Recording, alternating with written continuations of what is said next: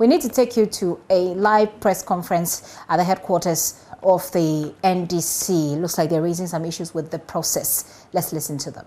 And you would vote on the 1st December. And if your name is on the main register as well, you could easily be scanned on 7th December, which is today, and vote.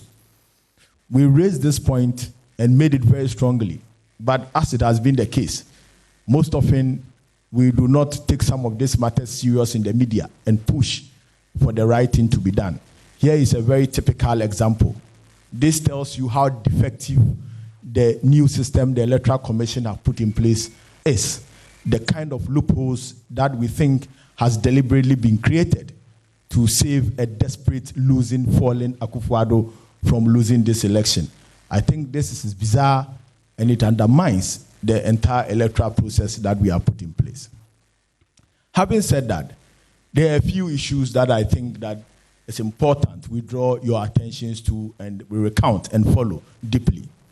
We have received reports from Ayawaso Central that the polling station called New Haven, instead of the polling station being on the streets, they have moved the polling booths into the house of the Member of Parliament, Henry Korte, the Deputy Minister of National Security.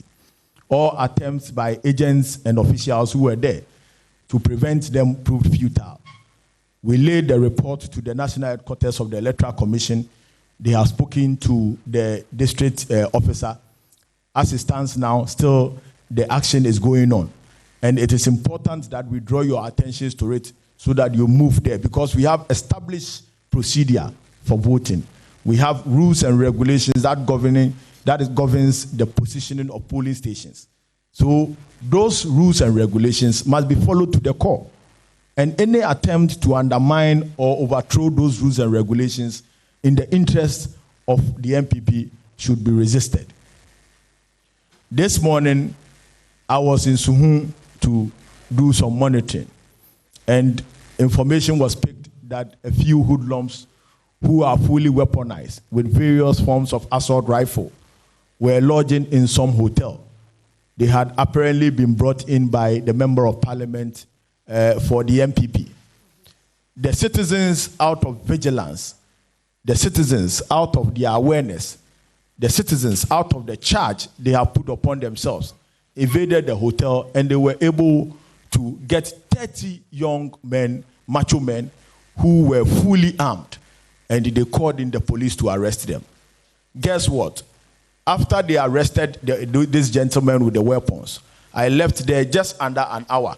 I was called that the district chief executive had just gone in, just the district chief executive, and they have released these 30 young men to go and continue with their nefarious criminal activities. I think that is very bizarre. We call on the IGP to, as a matter of urgency and as a matter of importance, to follow this matter at Suhun and speak to the district commander so that those individuals who were arrested will be brought to book. Wherever they have been released to, we must follow them and make sure that they are arrested. It is very important for the sanctity of the process. It is very important for the peaceful elections that we all so yearn for. Then one other very significant point which my senior comrade and director of elections raised about the ballot papers in the Ashanti region. Indeed, yesterday when we addressed the press, we were calling it a perceived information or intel that there are ballot papers that have been stamped, that has been thumb-printed, and they are around in the system, mostly in the Ashanti region. And the idea is that they will stamp the ballot papers. This is a very typical evidence that the intel we got yesterday was very, very, very correct. How will anybody be able to assess the EC stamp?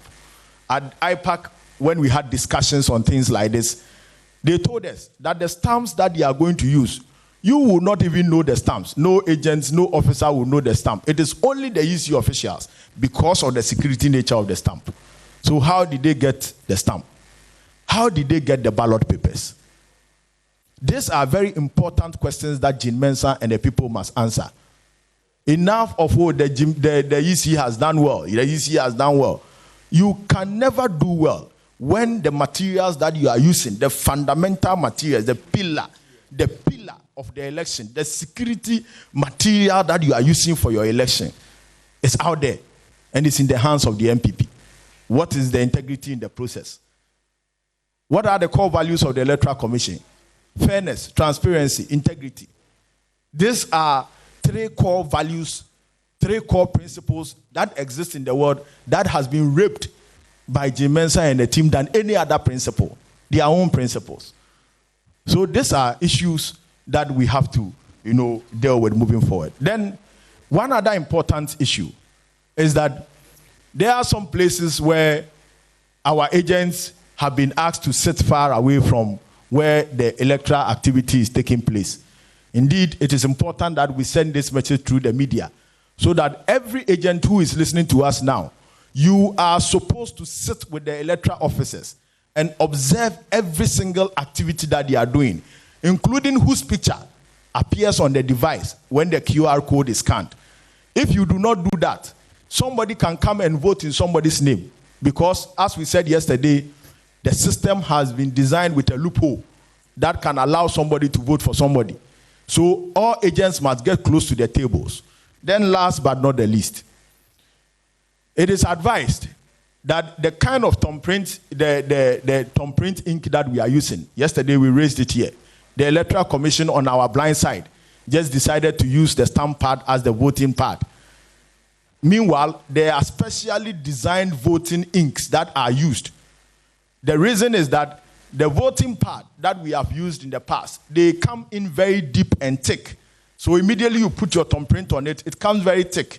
And when you thumbprint, it stays there for a long time. The stamp pad and the type of ink and chemicals that are used, they easily fade. And in this case, it is not even consistent. In some areas, it is yellow. In some areas, it is red. In some areas, it is blue. In some areas, it is wine. So what are we doing? No standardization.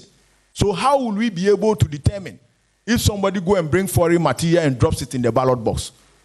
How would we be able to determine? These are some of the preparatory flaws that the Electoral Commission has imposed upon itself.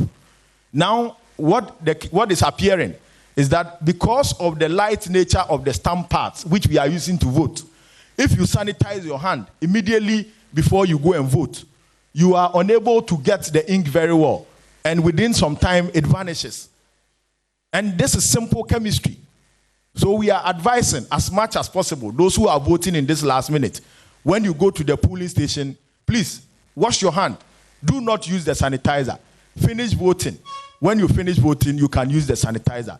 This is a very important public notice to all our people who are yet to vote. Thank you very much, and thanks for coming. So, ladies and gentlemen, these are the emerging issues that we needed to address.